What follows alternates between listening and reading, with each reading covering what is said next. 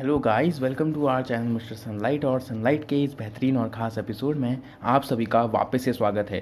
तो United nation peace keeping missions की website पे मैं हूँ अभी, और यहाँ पे इन्होंने इंडिया को थैंक किया। देखिए लिखा हुआ है, thank you India for your service and sacrifice. ये आपकी सेवा भाव के लिए और आपके त्याग के लिए जो आपने यहाँ पे हमारे लिए किया है। 168 जवान जो शहीद हो चुके हैं 70 साल कि अपनी सेवा में, यूनाइटेड नेशंस की सेवा में, उसके लिए बहुत ज़्यादा जो सर्विस अभी दे रहे हैं, उन सभी चीज़ों के लिए इंडिया को थैंक यू करता है यूनाइटेड नेशंस। और इस बार ये आप पोस्टर देख रहे होंगे, इसमें फीमेल सोल्जर्स हैं। तो ये इसलिए है क्योंकि इस बार की जो थीम है, आज मई 29 है, और मई 29 को है international day of United Nations peace keeping forces, उसका दिन है आज। तो उसकी वजह से आज उनका थीम भी यही है कि वुमेन पार्टिसिपेशन को कैसे बढ़ाया जाए और जो वुमेन का रोल है वो किस हिसाब से और इन्हांस किया जाए। तो इंडिया को भी थैंक यू करते हुए लिखा है इन्होंने, तो बहुत ही गर्व की बात है दोस्तों। तो आप वीडियो देख रहे होंगे, मेरी साइड में चल रही होगी, और देख रहे हो कैसे लोग कैसे यूनाइटेड नेशंस मदद करता है इन एपिडेमिक में भी, जो कोविड-19 का जो एपिडेमिक चल रहा है, पेंडेमिक चल रहा है, उसमें भी जब सब लोग अपने घर में हैं और सेना मदद कर रही है। और यहाँ पर भी अगर ख़ास बात जो निकल के आती है कि दूसरे देश में जाकर कैसे हमारे जवान मदद करते हैं। तो वैसे इसका पर्पस क्या है दोस्तों, पर्पस मैं बता देता हूँ कि पर्पस क्या होता है। जैसे देखिए आप फोटो में, यहाँ पे एक कोई साउथ, यहाँ पे होता क्या है कि जो यूनाइटेड नेशंस है उसका जो ऑर्गेनाइजेशन जब स्टार्ट हुई थी 1945 में, जब बनाई गई थी 51 कंट्रीज़ द्वारा, जो उसकी फाउंडिंग कंट्रीज़ थी, तो उस टाइम ये सोचा गया था कि भैया हमें ऐसी कोई वॉर, वर्ल्ड वॉर 2 ख़त्म ही हुई थी उस टाइम 1945 में, और उसके बाद ये सोचा गया कि भाई अब ऐसी वॉर हमें नहीं चाहिए, आने वाले टाइम में वर्ल्ड वॉर 3 हमें नहीं चाहिए, और इसे कम करने के लिए या नहीं होने के लिए हम एक ऐसी ऑर्गेनाइजेशन बनाएंगे। तो ऑर्गेनाइजेशन को बनाने के लिए पावर भी चाहिए होती है, आर्मी भी तो चाहिए होगी ना आपको रोकने के लिए। समझ लीजिए 2 नेशंस लड़ रहे हैं, तो आप रोकोगे कैसे जाके? अब बोलोगे तो रोक थोड़ी जाएंगे। तो आपको एक पावरफुल आर्मी दिखानी होगी, भाई मेरे पास आर्मी नहीं तो ऐसा कुछ कर दूंगा।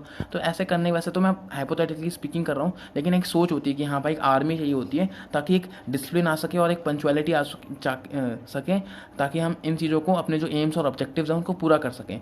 उसी हिसाब के लिए इन्होंने एक आर्मी का गठन किया। अब ऐसा तो है नहीं कि जो यूएन अपनी आर्मी निकालेगा, एक कंट्री आएगी सिर्फ, नहीं, बहुत सारी कंट्रीज उसके अंदर है, तो हर एक कंट्री अपना कंट्रीब्यूशन देती है, चाहे फिर वो अपने सोल्जर्स को देके करे या फिर अपना कुछ पैसा देके कर ले, है ना। तो जैसे इंडिया जैसी countries, south Asian countries, Pakistan, Bangladesh, ये कंट्रीज क्या करती हैं दोस्तों, ये अपना पैसा इनके साथ नहीं है, तो ये अपने सोल्जर्स भेजती हैं, 7,000 8,000 सोल्जर्स भेजते हैं सब, है ना। और इथोपिया जैसी कंट्रीज, और जो कंट्रीज़ के पास इतना पैसा है और वो सोल्जर्स अपने नहीं भेजना चाहते हैं, उनके पास इतने सोल्जर्स नहीं है, तो वो पैसा देकर भी अपने आप को एक तरीके से अपना योगदान देते हैं, अपना कंट्रीब्यूशन देते हैं यूनाइटेड नेशंस की पीस कीपिंग फोर्सेज में। इनका नाम पीस कीपर्स ही क्यों रखा गया दोस्तों? पीस कीपर्स इसलिए रखा गया क्योंकि ये वॉर नहीं करेंगे, यानी कि ये लड़ाई नहीं करेंगे जब तक ज़रूरी ना हो। पीस से चीज़ों को सुलझाने की कोशिश की जाएगी, कॉन्फ्लिक्ट्स को आराम से सुलझाने की कोशिश की जाएगी, लेकिन जब ज़रूरत हो तो लातों के पूजे से बातों से नहीं मानते, तो वैसे इनका काम भी है।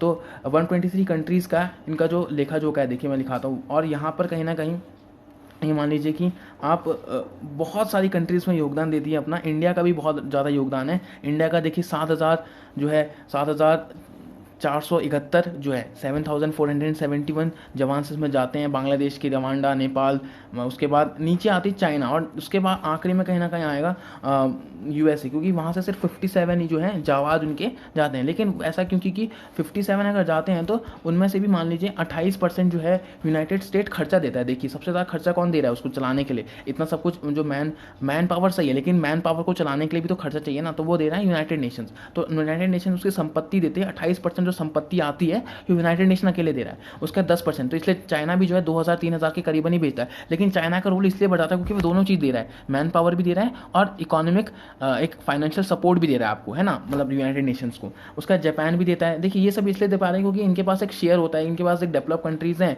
तो इनके पास पैसा होता है देने के लिए, और इनके पास इतनी आर्मी नहीं है, इसलिए वजह से किसी ना किसी रूप में कंट्रीब्यूशन कर सकते हैं। इस हिसाब से डेवलप्ड कंट्रीज़ ही मिलेंगी आपको जो भी पैसा दे रही है यहाँ पे, है ना।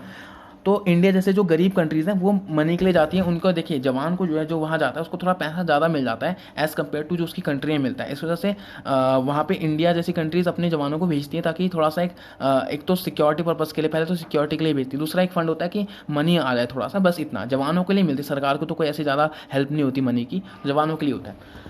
यही है। और आगे बताता हूँ कि इंडिया का कंट्रीब्यूशन क्या है। तो आप देख रहे होंगे, वीडियो भी चल रही होगी साथ साथ, और मैं भी बोलते जा रहा हूँ, मज़े आ रहे होंगे आपको इस वीडियो में, तो लाइक कर दीजिएगा दोस्तों। मैं ऐसी वीडियोस लाते रहता हूँ। और अभी बताता हूँ इंडिया का कंट्रीब्यूशन क्या है। इंडिया का देखिए, Indian army United Nations peace keeping mission में उसका कंट्रीब्यूशन क्या है, बहुत ज़्यादा कंट्रीब्यूशन है दोस्तों। So far India has taken 43 missions में पार्टिसिपेट कर चुका है। 70 ऐसे मिशन थे जिसमें से 43 तो इंडिया ने ही पार्टिसिपेट कर रखे, यानी आप मान लीजिए कि आधे से ज़्यादा मिशन में इंडिया पार्टिसिपेट कर चुका है, ऑपरेशन में पार्टिसिपेट कर चुका है। देखिए ऑपरेशन कौन कौन से, देखिए जैसे साउथ कोरिया और नॉर्थ कोरिया का ऑपरेशन था 1950 से लेकर 1954 तक, उसमें भी पार्ट ले चुका है इंडिया। उसमें मान लीजिए 17 ऑफिसर भेजे थे, उस टाइम की बात कर रहा हूँ जब ये राजेंद्र प्रसाद जी हमारे प्रेसिडेंट थे, और आज रामनाथ कोविंद जी हमारे प्रेसिडेंट ने, तब भी कॉन्गो, साउथ सूडान जैसी दुर्गम स्थानों पर जहाँ पे ट्राइबल रेबल्स का सिविल वॉर होता है, इन सब जगहों पर कॉन्फ्लिक्ट जहाँ पे ज़्यादा है, वहाँ पे भी आज हमारी इंडियन आर्मी और अदर पैरामिलिट्री सर्विसेज अपनी सर्विसेज दे रही हैं। तो ये बहुत प्राउड मोमेंट है। उसके बाद आगे बात करता हूँ इंडो चाइना ये वियतनाम, कंबोडिया, लाओस के बीच में जब थोड़ा सा डिसएग्रीमेंट हुआ, तब भी हमारे 900 मतलब मान लीजिए 970 ऑफिसर्स गए, 6000 से ज़्यादा जवान गए, 150 जेसीओज गए। देख रहे हैं ना आप कितना बड़ा डाटा जा रहा है, कितने बड़े लोग जा रहे हैं, मतलब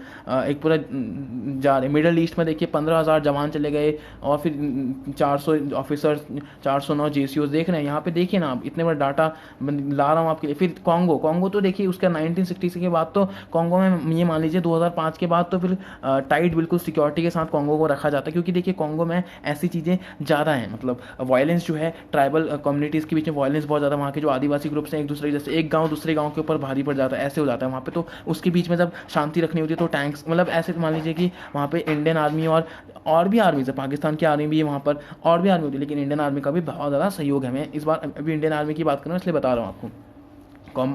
कम्बोडिया, ये मोजाम्बिक, आपको सभी ऐसे देश मिलेंगे जो कहाँ आते हैं, ये आते हैं, फिर सोमालिया, रवांडा, ये सारे आपको कहाँ मिलेंगे भैया, ये आपको मिलेंगे अफ्रीका के अंदर ही मिलेगा, क्योंकि ज़्यादातर वहीं पे ऐसी चीज़ें होती हैं। बहुत कम आपको देखने को मिलेगा कि सब ऐसा। अब करंट मिशन की अगर बात करें, करंट मिशन देखिए, करंट अभी क्या क्या चल रहा है, हाल फिलहाल में क्या चल रहा है। ये फोटो है, ये कॉन्गो की फोटो है दोस्तों, ये जो फोटो है ये कॉन्गो की फोटो है। यहाँ पर एक जो यूएन पीस कीपर है वो एक बच्चे को लेकर खड़ा है। यहाँ पे देखिए, एक सिर्फ आप ये मान लीजिए पीस कीपिंग का काम नहीं करते, ये सिर्फ पीस कीपिंग में बहुत चीज़ें आती हैं। हम सोचते हैं कि सिर्फ लड़ाई के टाइम पे नहीं, देखिए मेडिकल असिस्टेंस प्रोवाइड करना, उन्हें शिक्षा देना, एजुकेशन की फील्ड में थोड़ा सा योगदान दे देना, वहाँ पे उनके इकोनॉमिक जनरेशन का काम करना, जैसे कि वॉलंटियर्स को सपोर्ट देना, कि जो आ रहे हैं वहाँ पे जो लोग उनको रोजगार दे सकते हैं काफ़ी कुछ का। तो ये सब चीज़ों को भी बढ़ाया गया है यूएन के द्वारा, है ना, ये सब चीज़ें भी की गई है। तो ऐसा नहीं है कि सिर्फ हम वॉर के लिए जा रहे हैं या फिर सिर्फ कॉन्फ्लिक्ट रोकने, वो है मेन पर्पस है, लेकिन कुछ ऐसे जो एक्स्ट्रा चीज़ें भी होती हैं। जब कहीं आप रहने लग जाते हो तो क्या सिर्फ आप वहाँ जिस आपकी जॉब के पर्पज से गए थे, तो क्या जब आप सिर्फ जॉब करते हैं, नहीं ना, आप घुलते मिलते हैं, पार्क में भी जाते हैं, खेलते भी है ना, सब कुछ करते हैं। तो वैसा ही है वहाँ पे भी,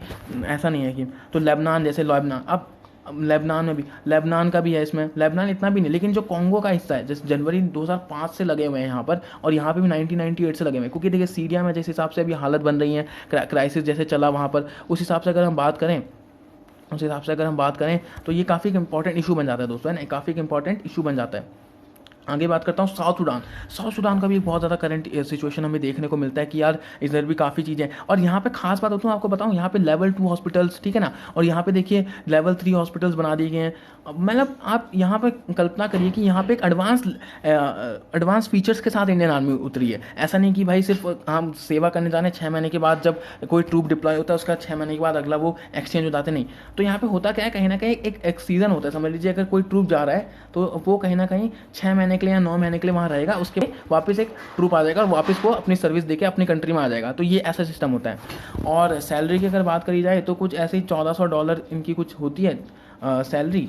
और ये जो सैलरी आती है, समझ लीजिए अगर 8,000 आ रहे हैं तो 8,000 इंटू $1400 मल्टीप्लाई कर देंगे। इतना जो फंड है ना, यूनाइटेड नेशंस जो है, इतना जो फंड है, ये सारा किसको दे देगी, जितना भी अमाउंट निकल के आएगा लमसम वो अपना गवर्नमेंट को दे देगी, इंडियन गवर्नमेंट उसको रीडिस्ट्रीब्यूट करेगी। जैसे ऑफिसर को थोड़ा ज़्यादा दे दिया, जवान को थोड़ा कम करके दे दिया, उसका जो पैसा ऑफिसर को दे दिया, ऐसा कुछ होता होगा मेरे हिसाब से। तो ऐसा कुछ करते हैं, मैंने थोड़ा पढ़ा है, श्योरिटी नहीं है, ऐसे फैक्ट नहीं है कोई, तो आप इसके ऊपर ज़्यादा विश्वास ना करें, मैंने भी ज़्यादा पढ़ा नहीं है, ठीक है ना।